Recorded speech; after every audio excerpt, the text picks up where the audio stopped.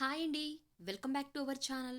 ఈ వీడియోలో ధనాన్ని స్థిరంగా ఉంచేలా ఒక పరిహారం చూస్తామండి. చాలా సింపుల్ అండి. ఈ పరిహారం మాత్రం అన్నిటికంటే చాలా శక్తివంతమైనది. తప్పకుండా ట్రై చేయండి. మనకు లక్ష్మీదేవి అందరికీ అవసరమే. ఆ లక్ష్మీదేవి నిలకడగా ఒకే దగ్గర ఉండాలంటే ఇలా మనం ఈ పరిహారం చేయాలండి. ఈ పరిహారం అనేది ఉత్తరం దిక్కున అంటే కుబేర స్థానంలో ఇలా పెట్టడం వల్ల చాలా మంచిది. డబ్బుని ఆకర్షిస్తుంది.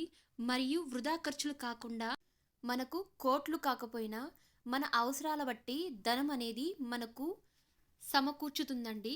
ఈ పరిహారం బుధవారం లేదా శుక్రవారంలో చేయడం వల్ల చాలా మంచిది.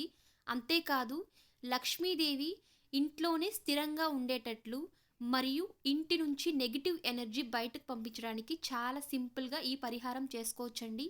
తప్పకుండా ట్రై చేయండి. మరిన్ని ఇలాంటి వీడియోస్ కోసం ప్లీజ్ ఛానల్ని సబ్స్క్రైబ్ చేసి సపోర్ట్ చేయండి అండ్ లైక్ చేయడం మాత్రం మర్చిపోకండి. ఇప్పుడు ఈ పరిహారాన్ని ఎలా చేసుకోవాలో చూసేద్దామండి. ఇక్కడ నేను ఎల్లో క్లాత్ తీసుకున్నానండి. అంటే ఇది జాకెట్ పీస్ అనమాట. ఇలా కొద్దిగా నేను కట్ చేసుకున్నాను.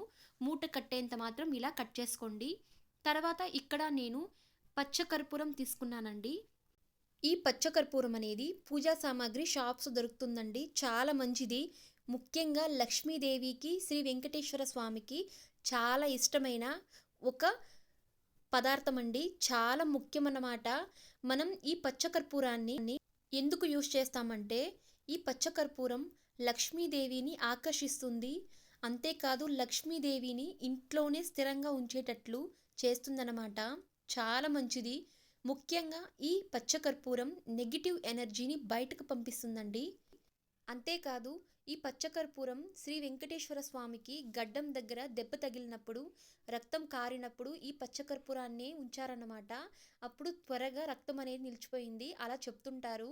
ఇలా మనం పచ్చకర్పూరం ఈ పచ్చకర్పూరం మనం పూజకు మాత్రమే యూస్ చేస్తామని అందరికీ తెలుసు. ఇది వైద్యపరంగా మరియు మనం తినే ఆహారంలో కూడా వేస్తారండి. ముఖ్యంగా స్వీట్ షాప్స్లో ఎక్కువగా ఈ పచ్చకర్పూరం యూస్ చేస్తారన్నమాట. చాలా మంచిది ఈ పచ్చకర్పూరం. ఈ పచ్చకర్పూరం వల్ల మనకు ధనాన్ని నిలకడ చేస్తుంది మరియు వృధా ఖర్చులు కాకుండా చూస్తుంది. ముఖ్యంగా నెగిటివ్ ఎనర్జీని బయటకు పంపిస్తుంది. ఈ పచ్చకర్పూరం మనం దీపారాధన చేసేటప్పుడు కొద్దిగా మనం దీపంలో యాడ్ చేసినట్లయితే ఇంట్లో ఒక సువాసన మరియు గుడిలో ఉన్న ఆ ఆ వాతావరణం ఇంట్లో కూడా ఉంటుందండి. చాలా బాగుంటుంది. మైండ్ అనేది ఫ్రెష్గా ఉంటుంది. ఈ వాసన మనం పీల్చడం వల్ల చాలా మంచిదండి. ఇది ముఖ్యంగా పూజా సామాగ్రి దొరికే షాప్స్లో దొరుకుతుందన్నమాట. చాలా కాస్ట్లీ కూడా, కానీ తెచ్చుకొని యూస్ చేయండి. చాలా మంచిది. దీని నుండి చాలా లాభాలు ఉన్నాయి. తప్పకుండా ట్రై చేయండి. ఇలా ఒక పసుపు వస్త్రం తీసుకొని ఇందులో కొద్దిగా పచ్చకర్పూరం యాడ్ చేసుకొని ఇందులో కొద్దిగా గంధం మరియు కుంకుమను యాడ్ చేసుకొని ఇలా మనం చేసుకోవాలండి ఈ పరిహారం. ఇవన్నీ యాడ్ చేసిన తర్వాత ఇప్పుడు వీడియోలో చూపించిన విధంగా మనం మూట కట్టుకోవాలి. ఈ పరిహారం ముఖ్యంగా బుధవారం లేదా శుక్రవారం రోజుల్లో చేస్తే చాలా మంచిది. ముఖ్యంగా ఈ పరిహారం శుక్రవారం రోజులో చేయాలండి. ఎందుకంటే ఆ రోజు చాలా శక్తివంతమైన రోజు కాబట్టి లక్ష్మీదేవికి ఇలా మనం ఈ పరిహారం చేయాలండి. చాలా మంచిది. దీనివల్ల అనేక లాభాలు ఉన్నాయి. నేను దీన్ని ట్రై చేశాను. ఇంట్లో చాలా ప్రశాంతత మరియు ఒక మనశ్శాంతి మరియు ఇంట్లో నెగిటివ్ ఎనర్జీ బయట పోయినట్లు ఒక ఫీలింగ్ చాలా మంచిగా ఉందండి. తప్పకుండా ట్రై చేయండి మీరు కూడా. ఇలా మనం ఈ మూటను ప్రిపేర్ చేసుకొని ఇలా మన పూజా మందిరంలో ఇలా ఉంచుకోవాలి. లేదా ఉత్తరం దిక్కులో ఉన్న కుబేర స్థానంలో ఇలా ఉంచాలండి. ఇలా ఉంచిన తర్వాత మనం ప్రతిరోజు లేదా శుక్రవారం రోజుల్లో పూజ చేస్తూ ఉంటాము. ఇలా పూజా సమయంలో మనం ఇలా రోజు ధూపం వేయడం వల్ల ఆ మూటకు చాలా మంచిది. ముఖ్యంగా దీన్ని మనం శుక్రవారం రోజులో చేయడం ఇంకా మంచిది. ఇలా ధూపం వేయడం వల్ల దానికి పవర్ ఉంటుందన్నమాట.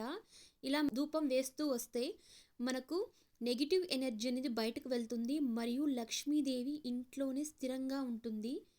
వృధా ఖర్చులు కాకుండా చాలా సింపుల్గా ఈ పరిహారం చేసుకోవచ్చండి. మనకు కోట్లు కాకపోయినా మన అవసరాల బట్టి మనకు డబ్బు అనేది సమకూర్చుతుంది. తప్పకుండా ట్రై చేయండి. ఈ పరిహారం చాలా పవర్ఫుల్ అనమాట. మరిన్ని ఇలాంటి వీడియోస్ కోసం ప్లీజ్ ఛానల్ని సబ్స్క్రైబ్ చేసి సపోర్ట్ చేయండి. అండ్ లైక్ చేయడం మాత్రం మర్చిపోకండి. అండ్ షేర్ చేయండి. Thank you.